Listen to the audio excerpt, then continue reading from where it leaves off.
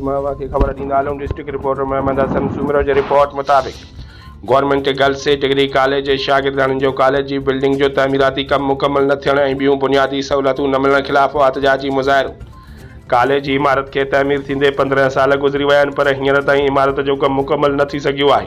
जंहिं करे boys college में पढ़ण ते मजबूर आहियूं। शागिर्दानियूं गवर्नमेंट गर्ल्स डिग्री कॉलेज ठारू शाह जे शागिर्दाननि मारिया सोलंगी, अलीशा, लुबना, मारवी सहतो ऐं ॿियनि कॉलेज अंदरि तदरीसी अमल जो बाइकाट कंदे एहतजाज कंदे चयो त कॉलेज जी इमारत खे तमीर थींदे 15 साल गुज़री विया आहिनि, पर हिन वक़्त ताईं इमारत जो कमु मुकम्मल न थी सघियो आहे, जंहिं करे बॉयज़ डिग्री कॉलेज में तइलीम पढ़ण ते मजबूर आहियूं। उन्हनि चयो त बॉयज़ कॉलेज में मेल स्टाफ ऐं शागिर्दनि सां तइलीम हासिल करण में ॾुखियाइयूं पेश अची रहियूं आहिनि, जंहिं करे केतिरनि ई शागिर्दनि कॉलेज अचणु बंदि करे छॾियो आहे। अहिड़ियूं शिकायतूं तइलीम खाते जे आला अमलदारनि खे बि कयूं आहिनि, पर को बि तदारक न पियो थिए। उन्हनि मुतालबो कयो आहे त फौरी तौर ते गर्ल्स कॉलेज जो कमु मुकमल कराए तदरीसी अमल शुरू कयो वञे ऐं ॿी सूरत में सख़्तु एहतजाज कयो वेंदो। असां पंहिंजी बिल्डिंग ॾियो, असांखे